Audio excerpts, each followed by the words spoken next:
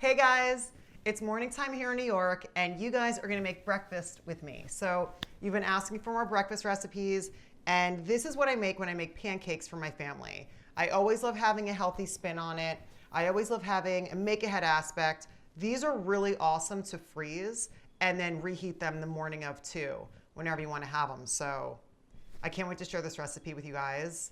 Let's get started. Pancakes, here we go. Okay, so here's our flour. So I'm gonna list this whole recipe for you guys. Wait, let me make sure this is recording. It's not fun when you do the whole thing and you make it and then realize you forgot to push record. Amazing. Okay, so this is my flours, right? So I'm gonna list the whole recipe for you guys. It's gluten-free flour, because as you guys know, I'm gluten-free. It's quinoa flour, buckwheat flour, there's almond flour, a little bit of baking powder, cinnamon, a little bit of salt, and I think that's basically it for the dry ingredients. We're gonna mix that together, but I'll list it for you under this. So, oh, there's also a tablespoon of sugar in here too. So mix all your dry ingredients, and then I like to do all the wet ingredients separate, and then you fold it together. So this is an egg and 1/4 cup of organic canola oil, 2 tablespoons of organic melted butter, which kind of got solid again while I was setting up to do the video, but that's okay.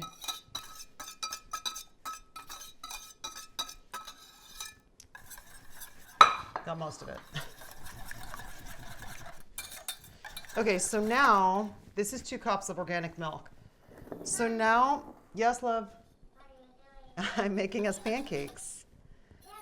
Yeah. So now we're gonna fold these wet ingredients in, and then I add the milk once I already have these blended. So let's blend this up.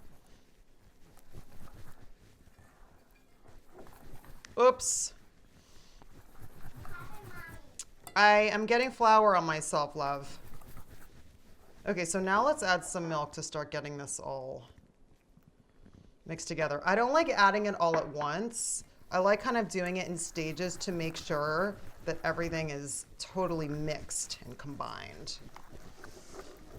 I'm gonna put a little elbow grease in there. Okay, great. So now we're gonna add some more milk. And get this all mixed. So I like adding walnuts and blueberries to my pancake recipe, and I like using wild blueberries because they're smaller. Because I like this recipe to be easy, where I can just throw in mostly just some pantry items and stuff I have in the freezer. So by having frozen blueberries, it's great. I can just toss them in. But I like the wild blueberries because they're a lot smaller, and I feel like it's better for the pancakes. And then this is 1/2 cup of chopped walnuts that my daughter actually did. I put nuts in a bag for her, and she just kind of like smashes them with a measuring cup, and it's great because then she can be involved in cooking. Okay, so I'm getting all this mixed up, and let's add the rest of our milk. Okay, great, so that's all mixed. Oh boy. So this is a really nice consistency for pancakes. Awesome. Okay, so now I do the blueberries last because this will tend to like tie-dye your batter, so you really don't want to mix it that much at all. So I do the blueberries right at the end. Walnuts. Okay, so the walnuts are mixed in. Blueberries, get ready for the tie-dye. See, immediately it starts turning the batter. So you just want to fold that in quick. I love using frozen foods when I can, because as you guys know, I love prep ahead recipes. I love being able to have stuff in my fridge, in my freezer, ready to go, so I could quickly whip up a recipe. And because I use frozen blueberries and mostly pantry items, this is an awesome recipe for that. Okay, so now I'm gonna heat up a pan, a little bit of canola oil, and we're gonna get cooking. So now what we're gonna do is, I like canola because organic canola oil has a higher smoking point. So I like canola oil for that reason. I also cook with a lot of, olive oil too, but for the pancakes, I don't want them to taste like olive oil, so I'm just using plain organic vegetable oil. So we're gonna get our pan heated up. And when it's nice and hot, we're gonna drop in our pancakes. So be careful not to like mess with the batter too much because again, the blueberries will start to color them. So I wanna kinda not touch them that much. Okay, great, let's drop in the pancakes.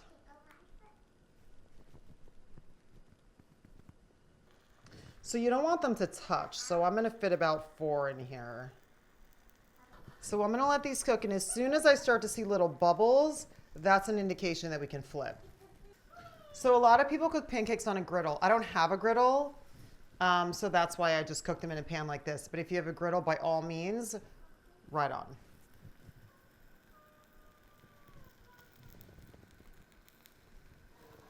Okay, so see the outsides are starting to bubble, so that's looking pretty good.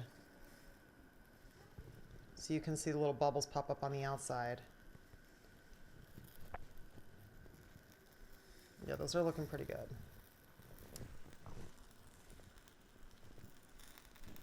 So I'm gonna flip these. I'm just gonna loosen up the edges so they don't stick. And then I'm gonna flip them.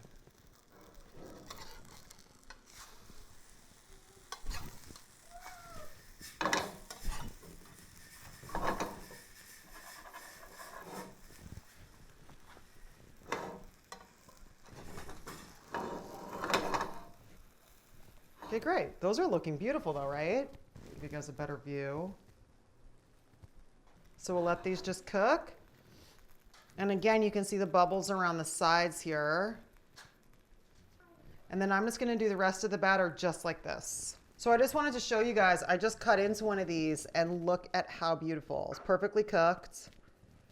Blueberries, walnuts, so yummy. Maple syrup, wow, those are perfectly cooked. So good. Come here.